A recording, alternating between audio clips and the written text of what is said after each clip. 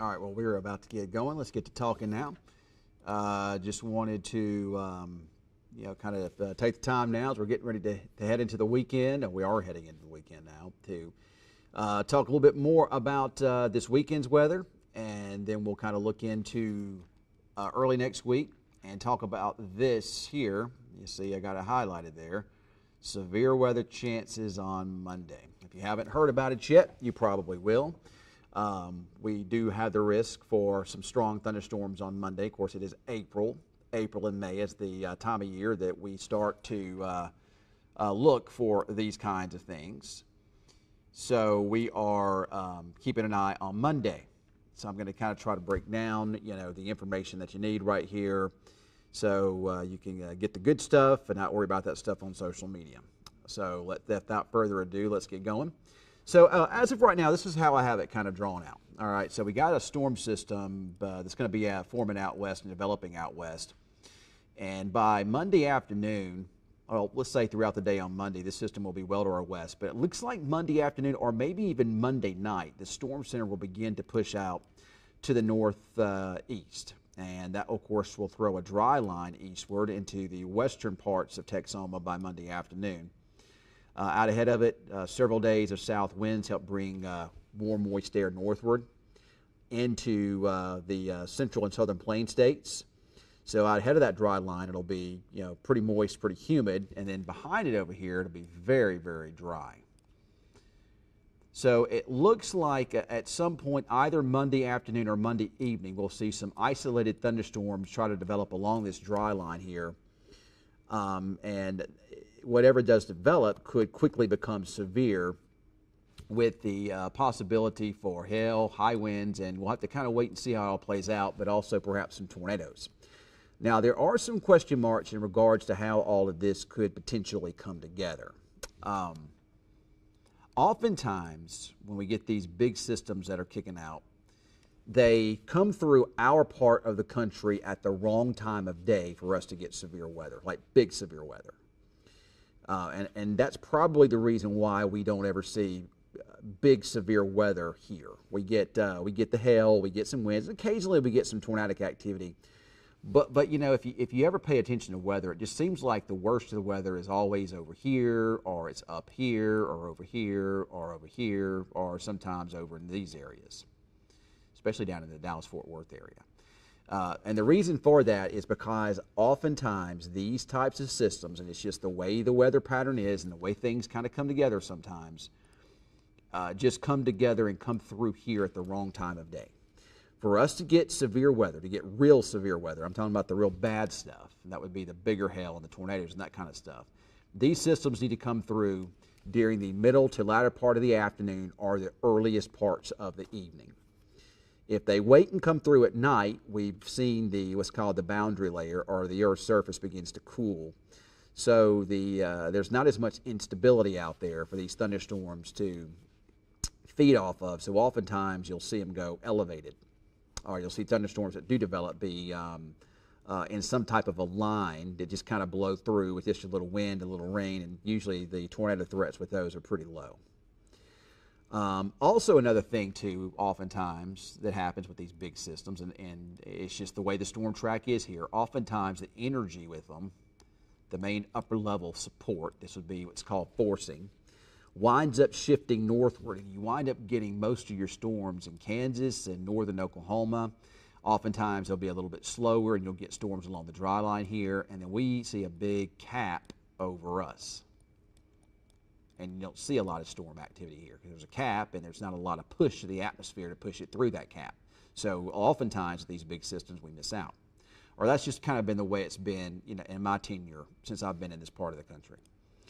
So I'm not saying that's going to happen with this one. I'm just saying that's just what usually happens. So this is going to be, this is the European computer model here. And what you're looking at, this is upper level energy. What you're looking at when we look at upper level energy, this is where your main storm system is located. Throughout the atmosphere, you have peaks and valleys. Peaks would be something that is represented by these, where you see these lines where they kind of lift up. Well, that's called a ridge. and the atmosphere is a little bit thicker where you see those. And then where you see this circle back here, that usually represents cooler air. Cooler air presents a thinner atmosphere. So you've got thinner air, you've got, and within those little valleys are little dips in the jet stream, you get spin. It's called vorticity, and that's the upper level storm energy. So usually, this is what's referred to as an upper level low pressure system. And usually you see the bulk of your storminess go in the direction that those storm systems are headed. So here we are Monday afternoon, and you don't really get that thing kicking out until afternoon or even into the evening hours. So there again, if this scenario plays out here, then it could wind up being that system is too slow for it to line up for us to get a lot in the way of severe weather with that. And also, if you notice where that circle is, it's kind of moving up into Oklahoma and Kansas. So that may wind up being the favored area. I don't know that that's going to be the case. But that may wind up being the favorite area for a lot of the severe weather.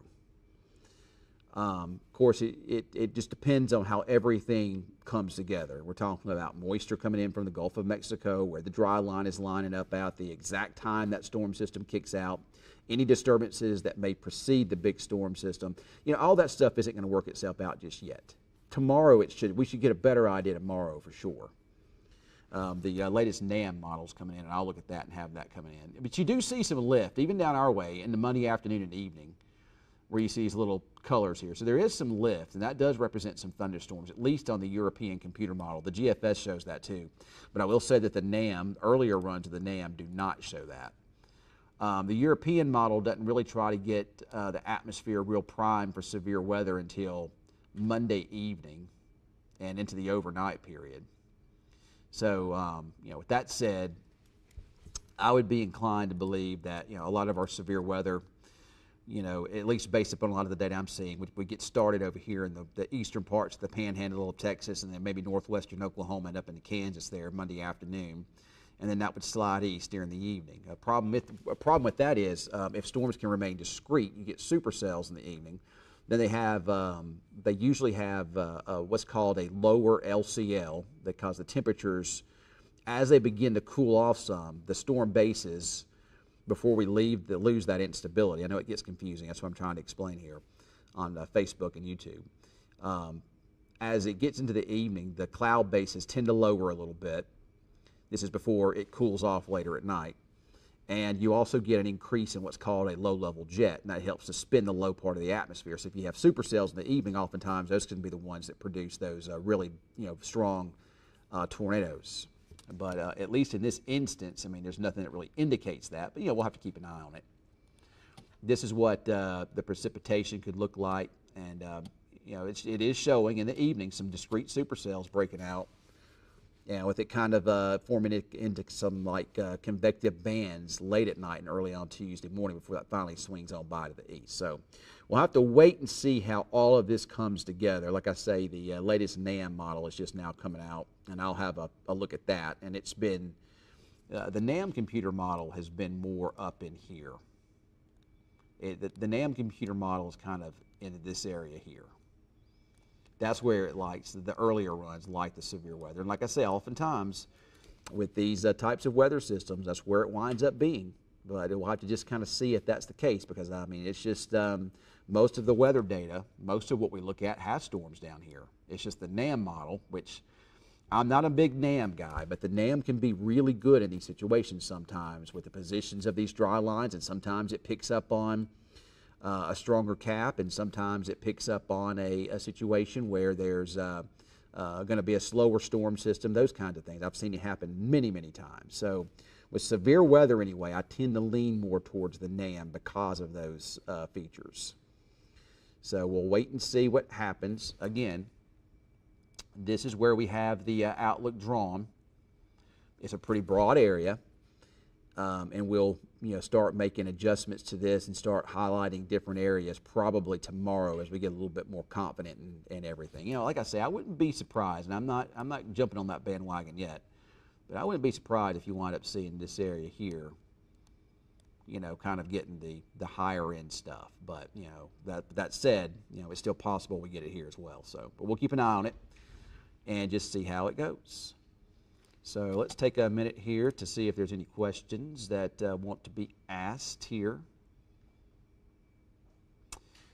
So somebody said they saw on another site that it's expected to be around and after 6. Well, it's just too early to make that call. Anybody that's saying that right now is probably not going to be an accurate forecast. But if I had to say right now, just looking at data, I would say definitely probably more of an evening thing than an afternoon thing. What time are you thinking for Wichita Falls? We have another modular building office. We close it and move employees. Again, I can't give you a time frame on that. It's just impossible for me to do at this point in time. People always want to know, when is it going to hit my town? And oftentimes I can't tell you that. It's pretty easy.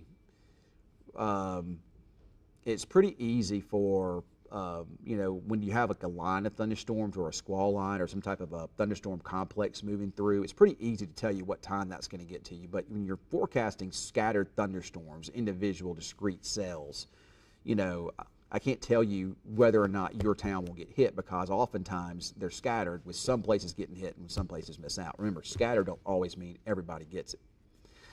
You don't get it on the HRRR until 48 hours out. So if you think about it, tomorrow evening it should be within the HRRR time frame. And Reed is a good Reed's a really good forecaster, and I don't always agree with a lot of the things that Reed does and says. I think he's overhypes everything, but he's a businessman too. But he is a good forecaster. So.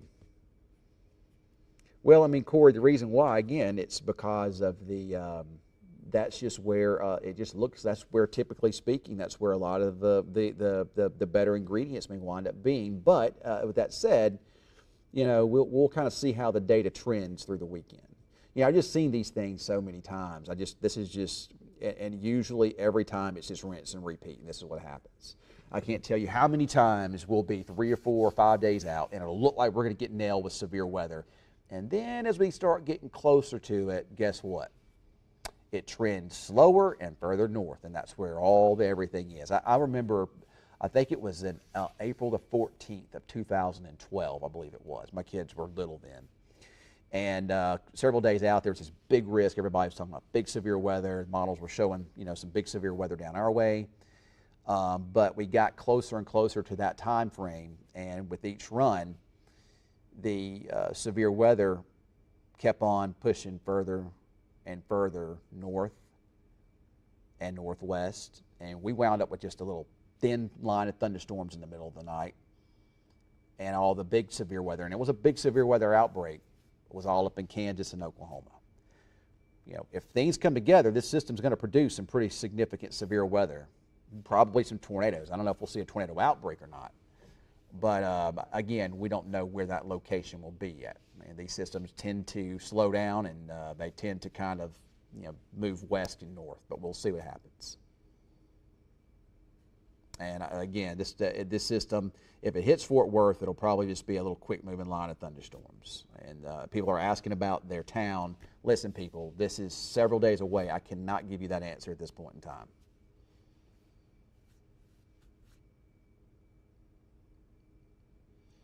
Let's see here. Garrett Wilson, God awful muddy. What did you say about that?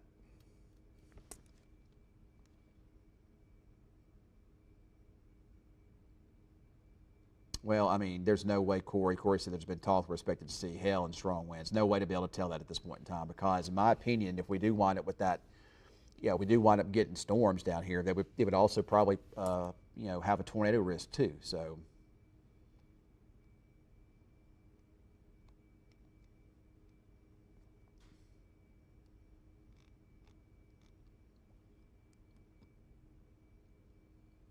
Well, yes, I'm doing the best I can. What I'm doing with these Facebook Lives here. and YouTube's where you're. It looks like most people are on Facebook anyway. I'm wanting everybody to go to YouTube because that's just to me it's just a better platform. But at this point in time, what you see me doing is I'm just trying to break it down, and I'm giving you kind of a peek inside of my brain here, and what I'm thinking. I'm kind of thinking out loud here, so I'm giving you a peek of what my head's telling me here. And oftentimes it's not the official forecast. It's just kind of what I'm thinking. So it's always a good idea to clean the storm shelters out. I mean, you just never know when you might need them. We are at that time of the year with the peak of our severe weather season now, getting into the heart of it. So, okay, Cam, I hope you do well in Thor tomorrow. Thank you there, Teresa. You haven't missed much, Katie. You just missed me rambling on. But of course, what I want you to do over the weekend here, as I said this yesterday, and y'all, the stuff I put on Facebook earlier about my new look with the bling, that was just a joke, by the way. That was just for fun. That was not me being serious.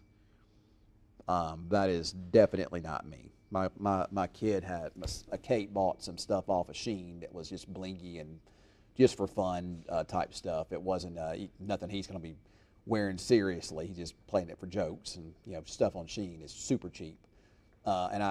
He said, Dad, why don't you model it? It's like, okay, I'll do it, and I'll put it on my Facebook page. But no, that's not going to be. That isn't my new look. Matter of fact, I'm probably getting ready to cut my hair here soon too, because it's too much trouble. When you have longer hair, man, it just takes way too much time to brush it and too much time to dry it and whatnot. So I'm probably getting ready to just gone. So.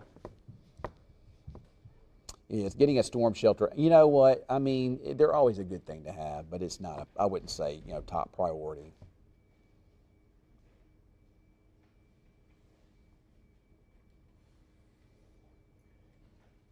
I got people coming into the studio now. We're still a good 15 minutes away from the newscast, but we got people starting to come in, getting ready for the 10 o'clock newscast. So, and see, I know, Melissa, that it's a big stressor for you guys. I know it is.